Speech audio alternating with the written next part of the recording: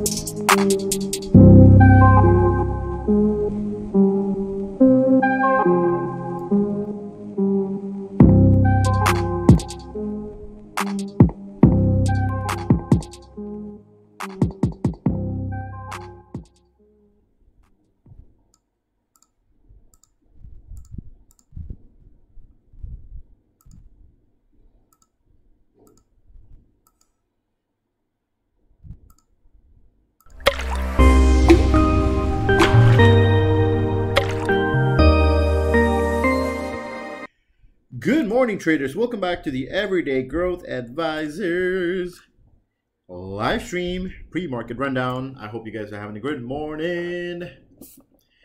Well, it's a fundamental Wednesday. You guys know it's about to be fun in here. It's about to be a crazy week, I think. We're getting a little bit of a sign of a possible live stirring here. More on this a little later. Kind of want to, do a little bit of a rundown, right? And also have a look at some of the pre-market stuff here. Just have a look at the news and look at the yada yada. And then, we can pretty much, go over what we are looking at in the markets here. So let me see here. Oh, it was investing.com.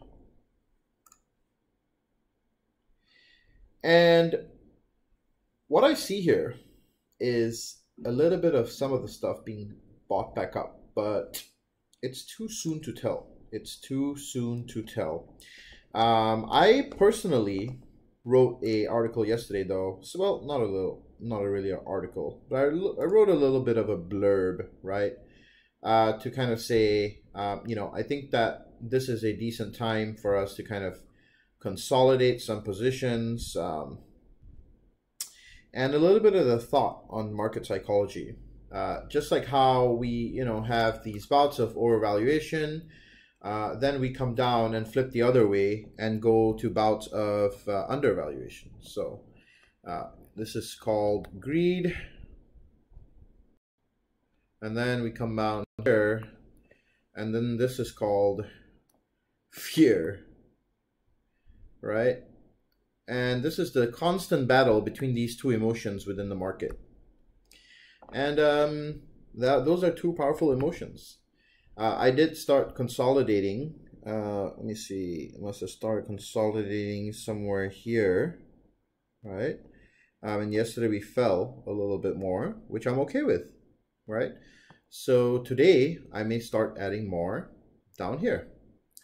And then cumulatively, when we go back up, it might be, worth it. So we'll see how that goes.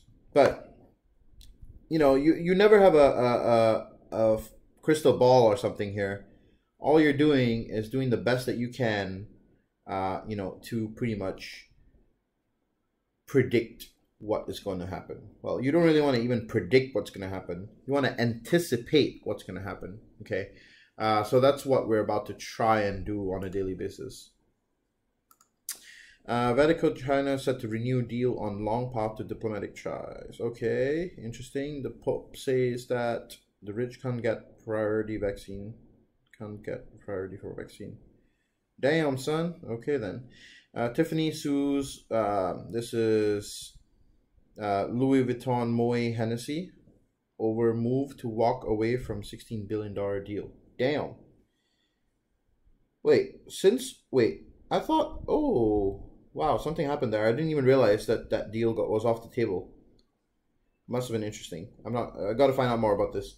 Thailand finalized entry plan for foreign visitors by October. Thailand's doing surprisingly well. It's crazy.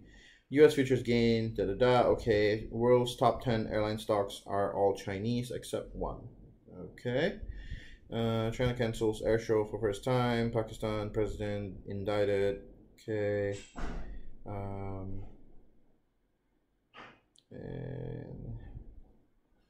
okay then. Let's have a look at the Wall Street Journal here. Markets. U.S. stock futures rise after tech sell-off. Investors shun risky assets as tech trade stalls. Which is interesting. The more bearish the news gets, the more bullish I get on the market. Because remember, we're gonna do the opposite of what the news tells us. So the more bearish these news articles are, which they sound pretty bearish to me.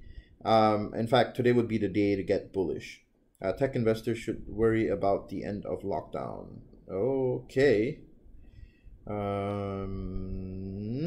Opinion, but nope. JP Morgan investigating employees, clients over stimulus programs. Okay. Misusing government's flood of this. Wow. That would be crazy. Short selling proves costly for some investors. Hell yeah. Why Tesla was left out of the S&P 500. Might want to read that one. Chances are because the CEO is irresponsible. Private equity investment value Sprinkler at 2.7 billion. Okay, great. Actually, I might put this one on a reader later. Let's actually see why, and I will read it a little later. So with pre-market movers here, we can see that we have Apple up about 2% to 115. We have some 120 calls, so we're not really that bothered by Apple so much. I know and our 120 calls are for like, I want to say November, right? And you know, Apple's not going anywhere. There's a bunch of good news about to come out. You know, new phones, new this, new that by this month. I'm well positioned for a Apple rally. And you know, just not going crazy. I think they were like $1,000 for a call. I bought 2 of them, just representing about 2% risk. Not too crazy. Might add more to my position today, depending on how the market does. Tesla up 6% after having a bloodshot day. Tiffany and Co. down 9% over that deal we saw didn't go through with LVMH. NEO up 3% as a sympathy to Tesla play. This is a ignore. This is a ignore. Slack down 16%. Geez, what happened there? Oof. I guess they must have missed earnings. I'm gonna guess that they missed earnings. So seeking alpha. Let me just have a look real quick because I'm actually interested in know.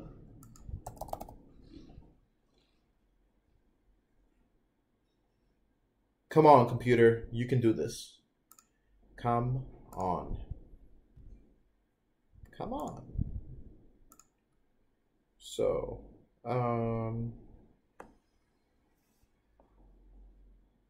let's have a look. I'm actually very curious because I actually thought that, you know, they would do good. Shares plunge 18%, pulling back from rally after billings miss. Billings, okay.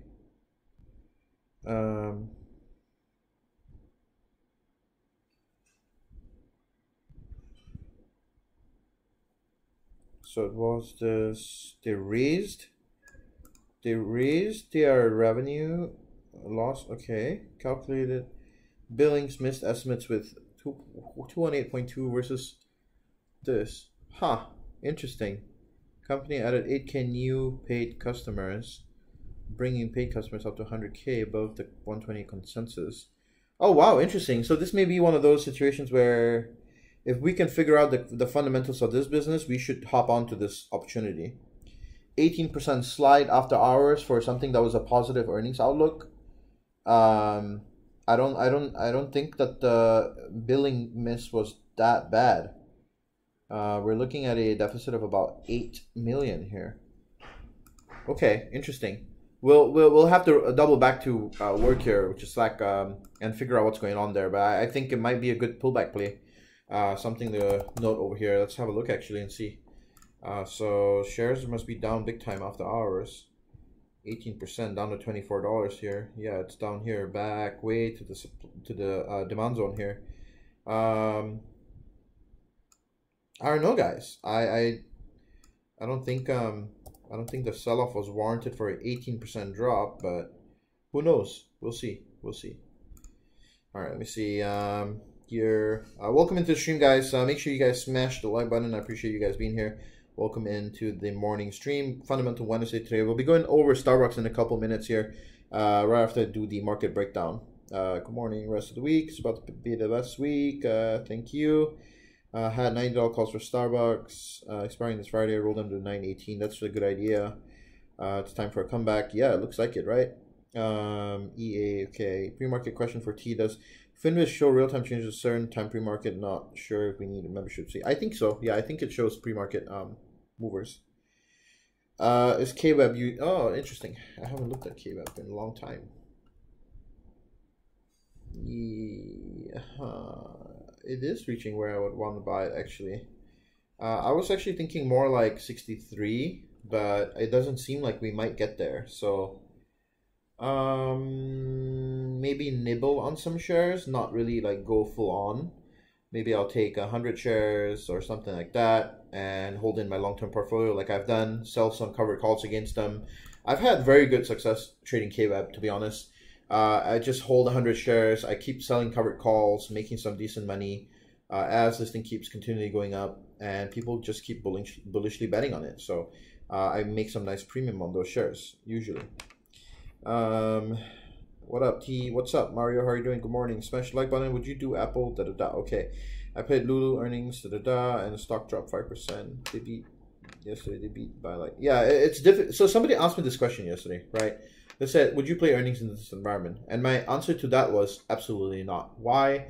Because in a market that is muted right now, any earnings would be a miss unless the company did spectacularly well, right? So that's what I'm saying. Like work for a company that did, exceed expectations and then get popped 18% doesn't make sense. So markets are irrational and they will remain irrational. What indicator do you have over the volume? Over the volume, you mean this volume? This is just a moving average for the volume. This is kind of like it's kind of, think of it like a shield to block away all the useless volume. Anything that's above this line, it's a moving average. So if you click on your volume, nominal volume bar, you click on the volume moving average, you can click on this and then change the opacity to become darker or lighter. And so I keep mine like semi-opaque so I can see if there's volume below it that's like worth looking at. Anything above the moving average volume is usually high volume, or it's volume notable to look at. It's just a neat little trick that I learned from one of the mods on our chat. So yesterday I posted this article, real quick, I want to go through this right before I do the pre-market rundown here. I said, just a few thoughts going into the market psychology when things go irrational and swings between greed and fear. Traders who are the most impatient lose money. And this is a profession where you have to wait 90% of the market and execute 10% of the time. Just because the headlines flash red and signal blood in the streets, you have to ask yourself, is this sell-off a warranted sell-off based on systemic underlying risk? If not, then are we being irrationally exuberant again, right? And will companies like Apple, Microsoft, Google, Amazon, and Facebook go anywhere, even if the economy underperforms? Probably not. So the answer is pretty clear. Situations when market sells off abruptly can be a unique opportunity to pick up great businesses at a discount price along for the next bull wave. And as investors start to feel the pressure by the market top, they get too greedy and get caught with their hands in the cookie jar. This is what happened to many people last week. They were too exuberant and they got caught. They didn't buy puts, didn't buy hedges, nothing. So when the markets dipped and they didn't have far out options, they had the double whammy where they lost everything, right? See, it's one thing when you choose short expirations. Let's say you bought a 220 Microsoft call last week, right? And Microsoft maybe was trading at 216 or 215, right? And then the call options expire within a week, and Microsoft just goes lower and lower, and then you didn't hedge yourself against this position. That's a double whammy, because now you don't only just lose your position, you lose everything, okay? You don't have any protection. And then I said, you know, the fact that the VIX was being bought up a couple of days right before the sell-off was a big telltale sign, right? And now the market has swung the other way. And how do we tell when to jump in? Well, we should watch for wicks to be short while big volumes and options flow into tech again, signaling the arrival of the big boys, right? We always want to be aware of the big boys. The big boys. When the big boys come in, that's when we get in, right? Because that's the institutional flow. Okay, and the time is approaching, nibbling now and easing into positions. These levels seem ideal to pick up long-term positions. I don't see us having another 10% correction. It's statistically impossible if you look at the market history. We have officially used up our quota for corrections this year. Now, what I was referring to here is the fact that if you look on average, okay, if you look on average over a long period of time, okay, and you look at the amount of times that we have had more than 10% drops, okay, or well, this was obviously a big drop, right? And I'm talking about you know, smaller drops, or right, this was a 20% drop, and this was another 15% drop, right? These things, how often do they happen, right? It's like once every year or once every, you know, a couple of years. So a 20% drop, first of all, the coronavirus drop happens once every like 10 years, okay? This drop here, this happens once every like 10 years, legit, okay? Now, a drop like currently, right, this drop happens once every, like I want to say year or so, okay? We've basically used up the quota for drops right now for a period of almost 10 years. Okay, so do I see us going all the way back down to pre-COVID levels like here? Absolutely not, right? Absolutely not, okay?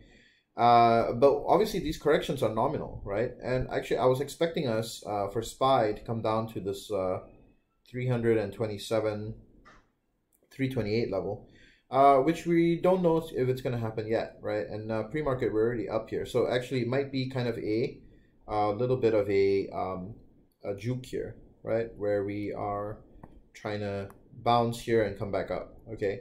But what I was trying to say is the chances of a bigger correction is very low, very low. Statistically, we've already used those corrections up, okay? And what comes next is a mighty bull roar as indexes rebalance themselves to include only the best companies, and you've seen that happen too many times. The S&P 500 index balance itself, the Dow Jones index balance itself, right? And the market will continue to chug along with these losers, without the losers, and leave them behind in the dust, right? So what you should do here is consider taking some bite-sized pieces of SPY or whatever index that you wish to purchase, right? If you want QQQ, then go ahead and do that. But the idea is, I think it's time to take some bite-sized pieces, right? Yesterday I was anticipating that this would happen, and we ended up doing that instead. So not always is the hocus pocus right, you know, the technical sometimes can go wrong. So so let's do this technical breakdown here. So on the previous live stream I said this would be the key, the green lines were the key levels for a bounce, right? We crossed through, broke through that level, and I said the 61.8 was a key level. We broke through that level yesterday, and then where do we go? We went straight down past the 50 and to the 38.2, which is where the next green line was, where I said this would be the next likely support level, right? This is the likely support level at which we would have a reversal. So after we reached this key 38.2 level here, we saw a strong bounce on S&P 500. and you know it probably will signal up a retracement all the way up to either the 100 or the 161.8 here. So it's obviously we are yet to see what's going to happen, but these two levels will be the two levels that we will retrace up back when bulls get in control.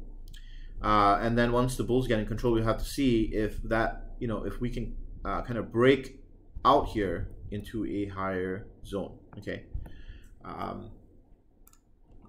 Now on NASDAQ, the story is similar. We broke through the 38.2, came down to 23.6, and this was what I was anticipating for it. We didn't even get there in the end. We fell short, shy of that, and kind of just like bounced off this mini support line here. And we're like kind of moving back into this channel now, right? I said there's a chance that we break below the channel and then quickly come back into it. Okay. And it seems like it's probable that we're going to go back up and touch the top of the channel again, or we may also see go here, test this, come down, test this, go up, and then test this middle channel, come down, and then go up eventually. Okay, that's a high possibility there. You know, a couple of waves testing these various pivot points, and there's a high probability that you know, that may be the case. Okay, just by how the market momentum will shift.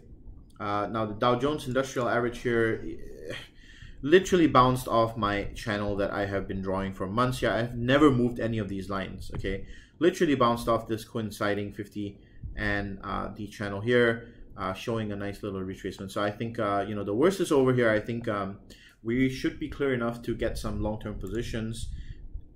Anyway, if the market drops more further than this, I think it's a smart move to pick up some positions here and play the upside. Definitely seems like a smart thing to do. Okay, cool. So welcome into the stream, guys. I hope you're having a good day. Make sure you guys smash the like button. There's 220 of you guys. Welcome in, welcome in, welcome in.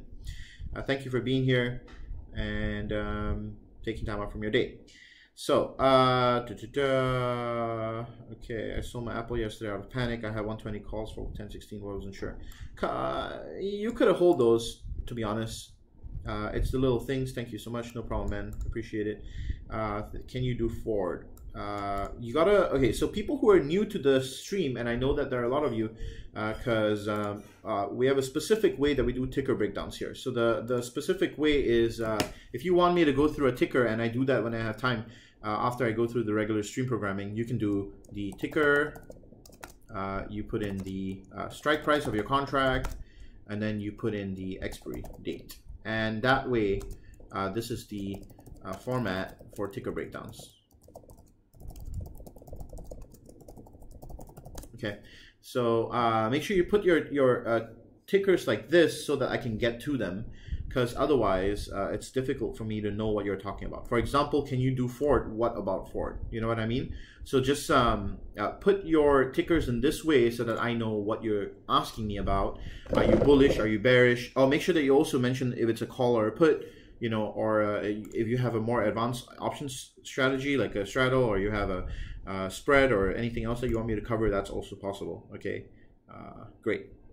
All right, so as we were talking about here,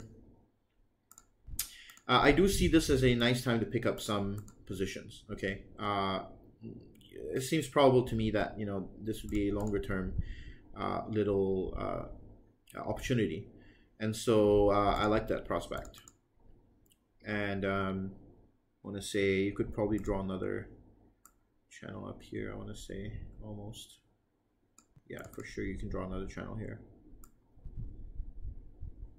So I'm gonna just pencil this channel in right now, since we are pretty much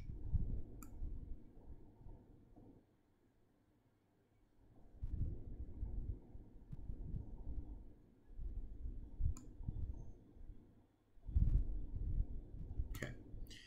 We're gonna leave it like that and see if this channel holds true in the future.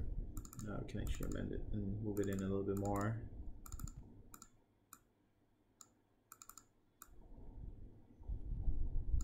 Okay. We'll see if this channel, you know, comes in handy next time. I like to draw these channels and leave them in, and then don't move them. You know, what happens is eventually you see, look at the amount of lines that I have here, right? These lines come from other levels that I have analyzed before, right? So I leave them all in. Like this was a previous fib that I had, right? And I could easily delete this one, right? We're almost done. We're not using that one anymore. And then you have this fib over here, which is another one, right? And this fib, we can actually adjust this one, right? Because it's kind of going a little haywire here.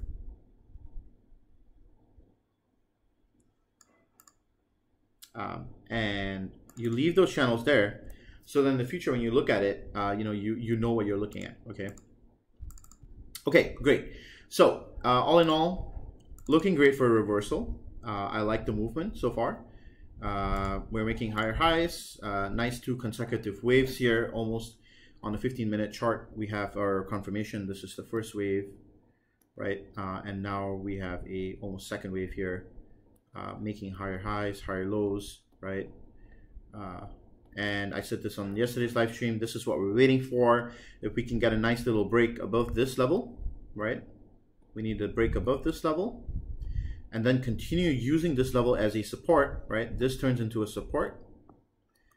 That would be a key level at which we can start to buy aggressively. Okay. Once I see this today, I will be initiating a whole bunch of positions more than what I already have. For people that don't know what I have, I definitely have some long-term positions already that I bought sometime last week on Friday. Right after I closed out my hedges, I bought those. I don't like to time the market. I just go along with what I know and my methodology. For those who are interested, my picks are always in members picks, and I'm going to be moving them into everyday growth now. So we have some XLI calls, DDOG, Microsoft, Apple, Facebook, Boeing, all long-term calls, not playing anything short-term. Everything's at least a month out expiry. We believe in time value, and so we will be playing those into the future. Okay, great. I was going to see if I can answer some questions here. If not, I'm going to get straight into Starbucks valuation right now.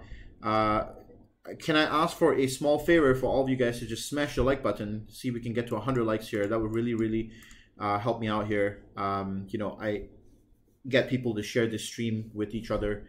YouTube only shares the stream if you smash the like button, and if you don't, they ain't gonna share the stream. So I really hope that you can take just a second out of your day to hit the like button, like lightly tap it if you don't want to smash it, but just like, you know, help me out. Thank you. All right, well, I'm gonna get into the valuation of Starbucks right now, because if I start doing tickers, it's never gonna end. So let's go into Starbucks. We are about to do a intrinsic valuation of this company. This is the ticker of the week, so we are kind of covering Starbucks this week. Now, upon my intrinsic valuation, I found that Starbucks is now undervalued. Okay, it's undervalued. It's a business. It's undervalued. So I'm going to give you the lowdown and tell you what the valuation is, or what is the valuation that I came up with, how did I do it, and kind of go through my methodology of doing this. Now, the first thing that I was looking at with Starbucks is, typically the thing is, I think I do things a little differently from most analysts, and so since I have that whole kind of vibe, I generally do things a little different. Now, obviously, I combed through the previous earnings report to find anything that was interesting. One of the interesting things that I saw was, you know, Starbucks has grown its number of stores pretty violently, and I think it's a good thing that they have done that. This company remains a company with a generally wide economic moat, which means to say that even though there are very low barriers to entry, it's not easy to replicate its business success. Okay, and a very sick reasoning for this is because there is something that Starbucks has that not many people or not other businesses can have very easily. And what I'm talking about is the exact same thing that McDonald's has, and that is the opportunity to expand quickly through store counts. Okay, and they do this very efficiently. Now, the other thing that I was looking at while reading this report was Starbucks' great leadership, who I didn't know. One of their CEO or COO or somebody is actually the old Microsoft digitization lead, and also was part of Juniper Networks, which is a cloud-based computing company. So, they've actually spent a good time of their business digitizing their business, and that is how one way they didn't completely go to shit when COVID hit. Yes, their revenues were down 50%, and that's pretty bad. But if you look at their fundamentals, they're still intact and still solid. Okay, there are a couple of things that I'll point out to you as markers of red flags, but we'll come to that a little later. What I want to go through first is where the business is, where it generates its income from, and what is its economic moat, right? What is its competitive advantage? Well, the competitive advantage, it's like the McDonald's idea, right? If you have a bunch of stores, right? Who wins in a battle of stores for coffee chains or burgers, right? It's the same reasoning on why you would win. It's the fact that you have more stores per square foot of land. If there's a mall, right, and in this mall there are, I don't know, 2 McDonald's, right, and just 1 Burger King, then chances are that people would go to either McDonald's, and McDonald's will end up getting more foot traffic than Burger King, right? Because there's a higher probability of people going here, okay? So Starbucks is a similar thing, okay? They have more stores than their competitors. And if you want to see just how many stores more, I have pulled up a statistic here that shows you that. So look at the really big difference here. Dunkin' is one of Starbucks' biggest competitors, by the way. Dunkin' Donuts. They have 9,500 stores, and Starbucks is at 14,875 in the I'm talking about just in the United States of America. Okay, now if you include China, bruh, look at this growth in China. Okay, from 2005 to 2019, this is the growth of Chinese Starbucks stores. If you don't see a trend here, I don't know what you see. Okay, and before it used to be licensed stores, and now look at the amount of company-owned stores. So Starbucks now owns all of these stores, and the number of stores are growing exponentially. Okay, why? Because the Chinese have a big appetite for coffee. And also, if you realize recently, what company went under for a scandal relating to coffee?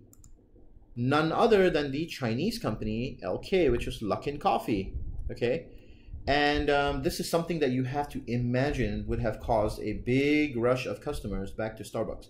Okay, and then they have been increased. So we don't know the numbers for 2020 on what they have increased the number of store counts to, but I would say it's higher, right? I would say it's higher.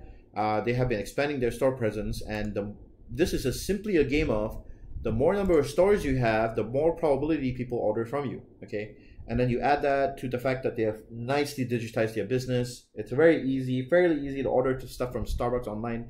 I do it all the time. When I'm out and about, I pick a store that I'm about to be at. I order it 5 minutes before. It's ready there for me to go. Barista even sometimes draws stuff on my cup, leaves a nice note, whatever, right? They go that extra mile and, they get it done, right? Now, the other thing was I was looking at the American Customer Satisfaction Index scores of Starbucks from 2006 to 2020. And this is how the satisfaction has gone. In 2015 took a big hit, and now we're back up to about 79, 78. This doesn't really matter that much, but I just wanted to show you that it's another statistic that was part of the pile. Okay. Revenues are down about 16% year over year from the Q3, which is the same quarter. And here's the 2020 fiscal guidance. So global comparable sales declined 12 to 17% for each of Q4 and full year. American comparable sales declined 12%, 17% for Q4 and full year. International comparables 10% to 15% decline. And then approximately America's 300 net new stores. So they're still expanding. And look at that, China at least 500 net new stores. Okay. Consolidated revenue decline. So as I'm saying, I like to build the case up in such a way that you understand it. They're still expanding the business irregardless of COVID. Okay, and that is, in my opinion, a very bullish signal that they are willing to weather the storm. Okay, capital expenditures of approximately 1.5 billion. So they are expanding rapidly as considered other things. Okay. Beginning in May, the company outlined it would accelerate the transformation of America's store portfolio by expanding convenience-led formats with curbside delivery and Starbucks pickup locations. The company plans to launch curbside pickup in several hundred existing locations in the near future and add over 50 pickup locations in the next 12 to 18 months. Both formats naturally allow for mobile ordering and physical distancing to meet evolving customer preferences that have accelerated because of COVID-19.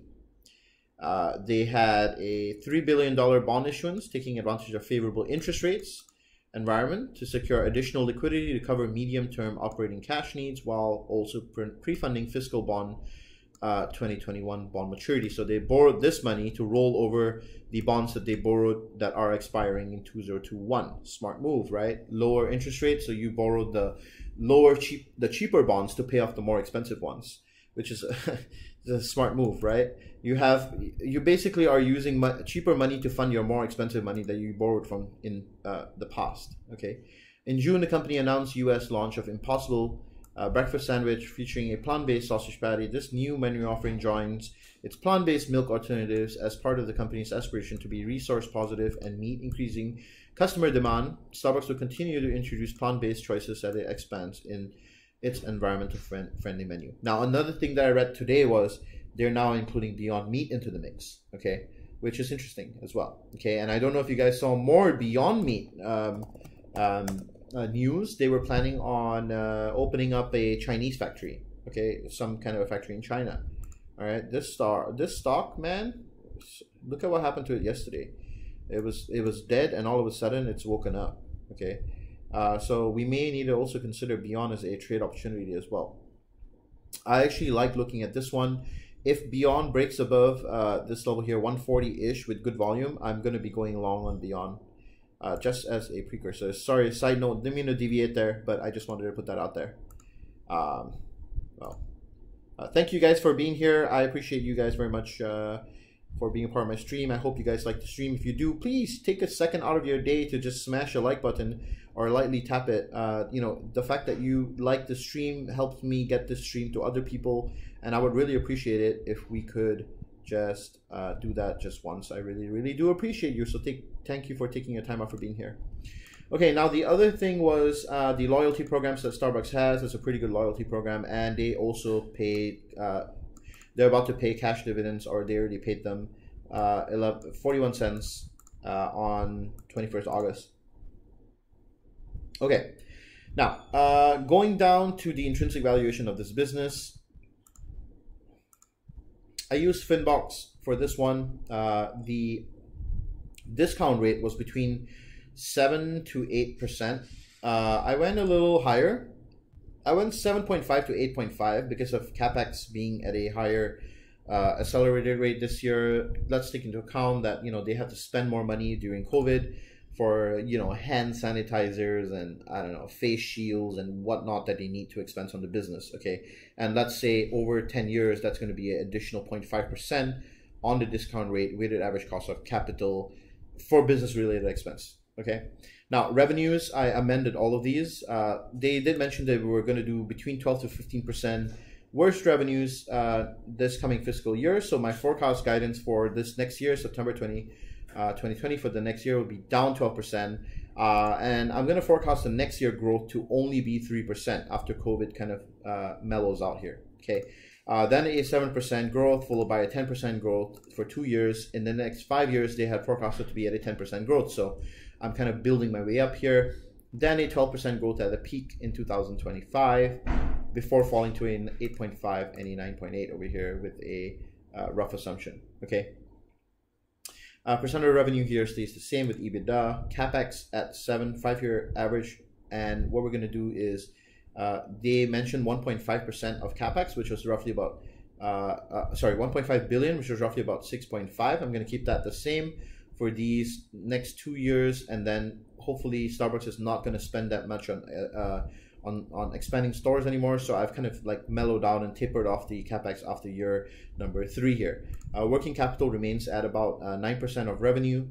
So the last 4-quarter average was 9.1%. So we're gonna keep that the same. The depreciation and amortization are average at 5%, and we're gonna use 5.2% here. The tax rate at 27% average for the past 5 years. Gonna keep it at 27%, and I changed the discount rate to be more reflective of the expenses here. So all in all, my fair valuation of Starbucks is about $103, which represents a 20% upside. Okay, represents a 20% upside. I think this makes sense considering Starbucks was at about $100 before COVID dropped. So where we are at right now seems like a good opportunity to pick up some long-term calls. Okay, long-term, and I'm saying at least a couple months, right? At least 3 months, I would say. I would say 80 days would be a really nice window, right? 3 months or so. And I think that picking up option contracts for that window of time would be great. We also did get a nice little bounce on this moving average here. So I think adding some Starbucks positions here is a smart move just because the company is undervalued here. So I may consider taking some $100 calls for maybe I want to say December or January, if I can get the right price for it, and if the implied volatility is not that crazy. So all in all, that's my evaluation for Starbucks. Now, things that you have to take note of, which I didn't really specifically like, but I would let it slide. The current ratio of this stock is at 0.95. We usually want this to be at 1, and the quick ratio is at 0.71 because of the amount of inventory that they deal with on a daily basis. Okay. Now, this doesn't so much bother me since it's only off by 0.05, but I would like to see their debt position catch up here because I think that their interest coverage is okay at more than 3, so that's the only reason why this 0.9 here is not scaring me off, or the 0.71, right? These two numbers by right should be more than 1. Why? Because it's the total assets over liability if you look at the financial ratio, okay? And this one takes into account inventory as well, right? But if you look at the history of this business over the past 5 years, it's actually a pretty legit business. Okay, with exception to the last trailing 12 months, revenues have been growing substantially. Cash flows have been doing pretty decently. Oops.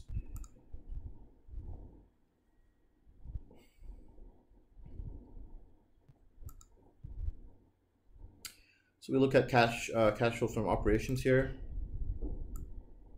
And you can see 2018 they had a big bump here, but it was also due to selling of assets and stuff like that.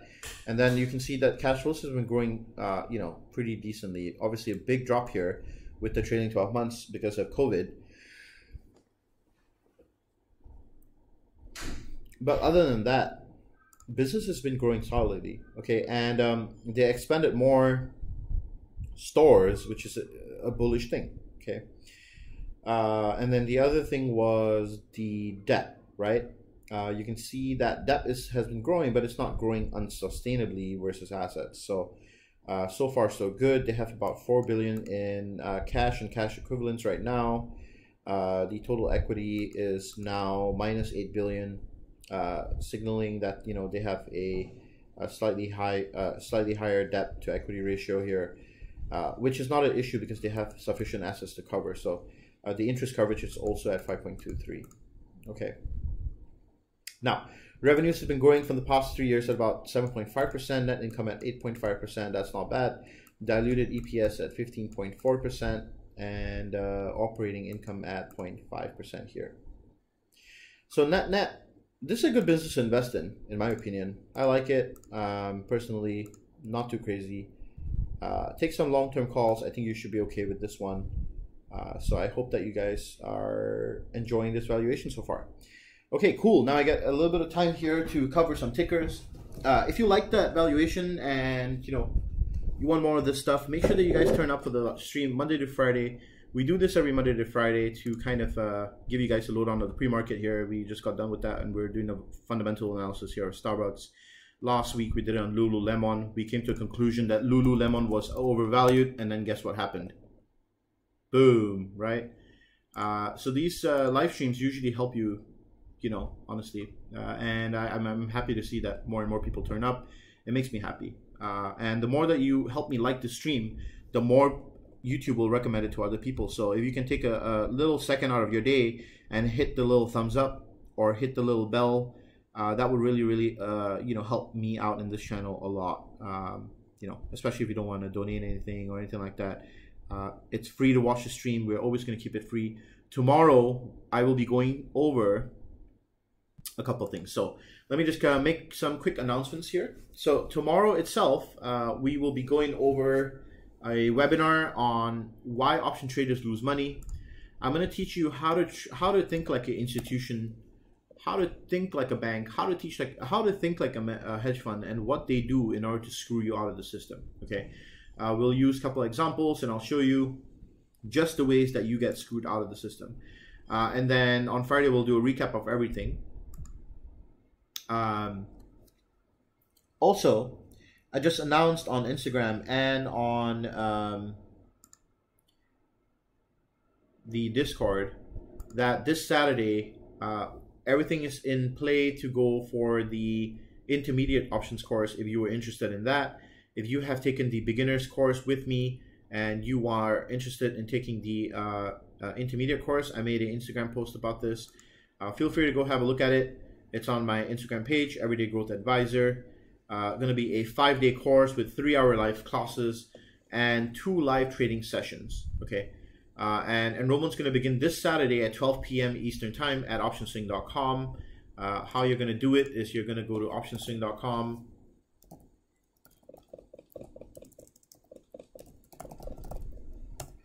And right here where you go, you're going to click on Join Now. And you slide on over down, you'll see the intermediate course here. Make sure that you're using a PC to do this. We run into a lot of problems with people using their phones and stuff like that. I recommend doing it on a PC. Okay, click on the button that will say enroll here now, enroll now here, and that should get you the key for the intermediate course. So just keep that in mind. Okay, and then you'll have to bind your key to the Discord, and that will give you access to the EGA course channel, which is where the existing mentees are, and we talk about stuff all day long here, trade ideas, whatnot. And tomorrow we'll be having another live session. Okay.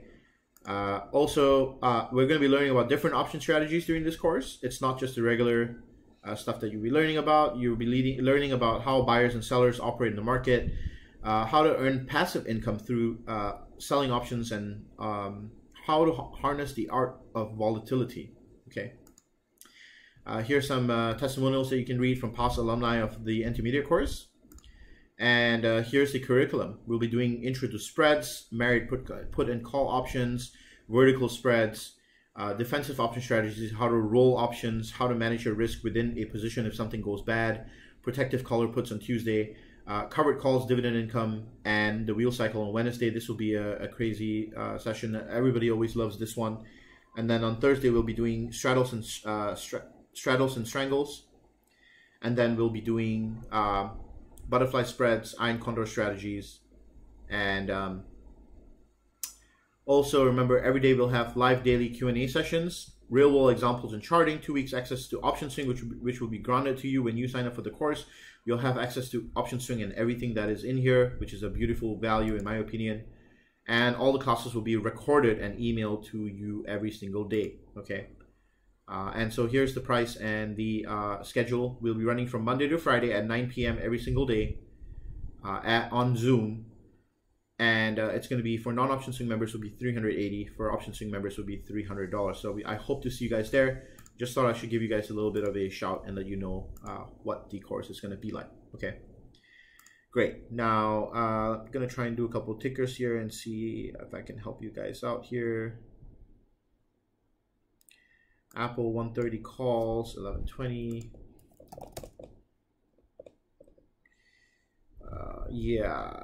Yeah, I think you should be okay with that one. You might want to hold it a bit longer, but yeah, definitely hold it.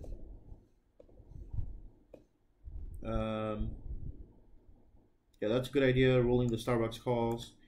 EA 130 call for 1016. Yeah, you could hold this one as well, I think. Seems like it's oversold here.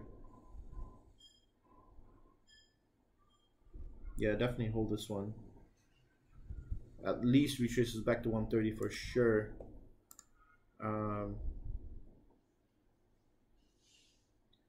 Apple to 122 call expiry 10-2. Might be a bit too close with the expiry. I would go further out, like a month out.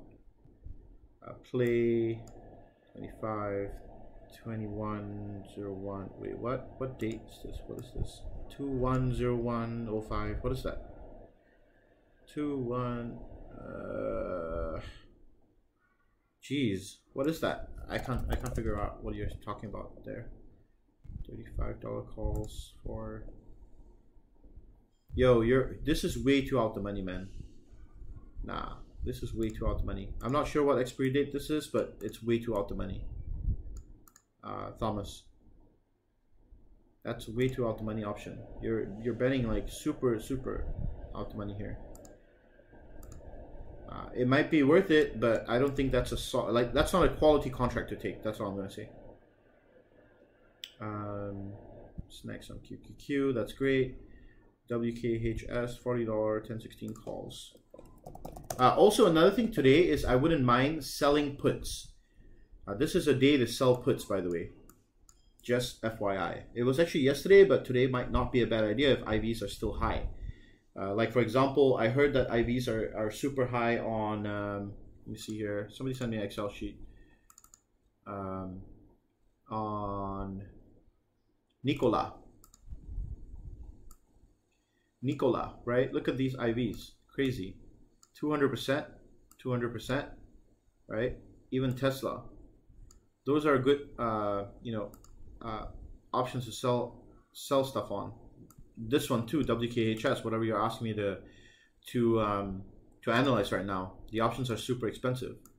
$40 calls for 1016. Yeah, I don't agree like with that pick. Personally, I think it can run, but I won't play such a far out expiry, and I don't like that choice. Boeing 300 calls. Yeah, I have the same one. You can hold that one. You don't have any speculation this may be a bull trap? Nope, not at all. Absolutely not. In fact, I think it's a bear trap. On the contrary. Play 35 call. As I said, 2 out the money. Microsoft 1016, 240 calls. Let's see. You might be a bit far out the money there. I would do 230s or 220s. More likely. You would rather be in the money, like deep in the money when that happens, you know? You don't want to be like out the money with Microsoft. It's not a good look, man. It's a slow moving stock. It's not like something that moves like Tesla, you know? You guys tend to like forget about like volatility also plays into your contract, you know? Full Jim's trade yesterday, which he sold, but I kept for now. Apple $200 calls, 918. Thoughts on keeping $200 calls? Nah, that can't be right. $200 calls are too far out the money. I'm sorry. That's way too far out the money. Ford 650, 918 call. Maybe. Sure, you're in the money. Spotify 911, $275 call. Spotify.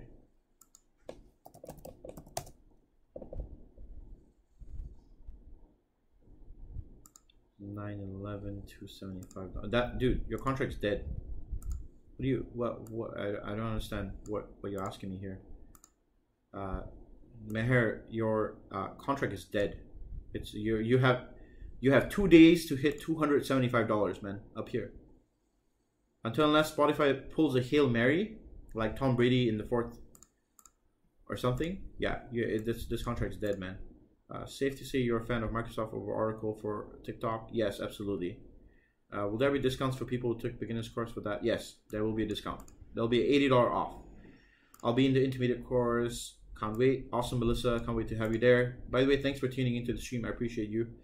Are there plans for a professional course? There are bigger plans, not just professional course. There's going to be eventually, this EGA stream is going to develop into a completely different live stream. It's going to be a live stream where you're going to be trading live with me every day on a daily basis. and it's going to be a premium stream, something where not many people have access to. You'll be able to kind of jump in with me into trades, jump out, and you'll be able to see me live trading eventually. That's what I'm working up to. You can see my methodology, my analysis, what I intend to do, what my setups are, for example, how I'm taking them, where I'm entering, where I'm exiting. I think that's more worth it than, you know, anything else. Like, I think that's how people would really learn, and that's what I want to do. I want to create a school out of it. I think that the existing schooling system sucks, so I want to revolutionize that. Okay, I answered this question already. Dang, all right. FMCI is a great put to sell. Great. Absolutely. MTCH. I actually like MTCH. Let's actually have a look at this one. Might be a good play. 106 calls for 1023. You know what? I like this play. I actually like this play. Now, despite the fact that it doesn't have volume, I actually like this play, to be honest. Now, I myself know that I have been on Tinder and, you know, all those apps in the past, whatever months, right? And I find it hard to believe that this stock wouldn't pop. I think that, yeah, okay, people don't pay for the premium features, but some people do, okay? And I think that buying at this key level here makes sense. MTCH might be a good one to buy right here. I like it. Play a retracement up. Might be a good little buy. I like this idea. And the expiration's pretty good as well. So that's a pretty good one. I like that. MTCH going to my watch list today for sure. Microsoft 195 puts. You're selling a put. Yeah, sure. I think that's a good one. You can get some free credit there. When will we select a new ticker for next week? It's gonna be on Friday. That's sick. Thank you. Apple call 123 October 16th. Absolutely, hold that one. Should be fine. That's a good one to hold. Natasha, absolutely, I like it. That's fire. Thank you. Would you recommend getting on some Apple and Nvidia? Absolutely, yes. I'm not sure what you guys are waiting on, but I really like Nvidia, and look at what happened overnight. It already gapped, right? It's gonna open up here now. So I really like Nvidia and Apple, dope companies. Hold them long term, shouldn't be a problem. Cool. I managed to cover all the tickers too. Great, awesome. I'm glad. Well, I hope you guys had a great stream here. Thank you for tuning in.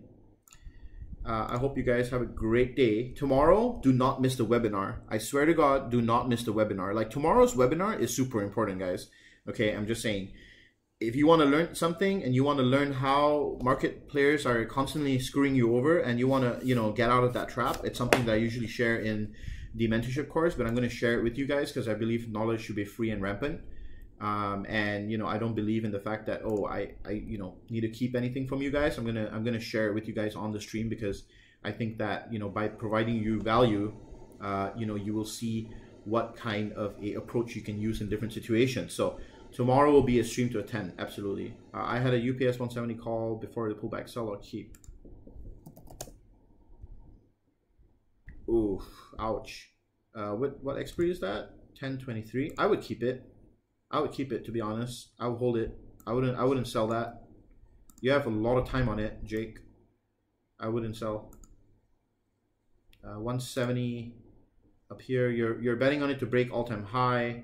What you want to do is wait for the pullback and then it comes back up here. The problem, you're not going to be in profit, obviously. Your premium is going to be drained, but you know what? Hold it. Hold it till at least 2 weeks out. That's what I recommend. Okay, great. Well, I have some positions to manage at the open. I thank all of you guys for attending the live stream and see you tomorrow for the webinar. I hope you guys have a great day. How do you decide if it was a bull trap? Well, not a bull trap. I said a bear trap, not bull trap. Bear trap. Bear trap. This is a bearish trap. Especially this over here was a bearish trap for me personally, because I saw key levels that we were bouncing off and I saw a lot of bullish options flow yesterday. That's how I came to a conclusion. Okay, well guys, have a good day. Thank you and see you tomorrow. Have a good one, guys. Bye-bye.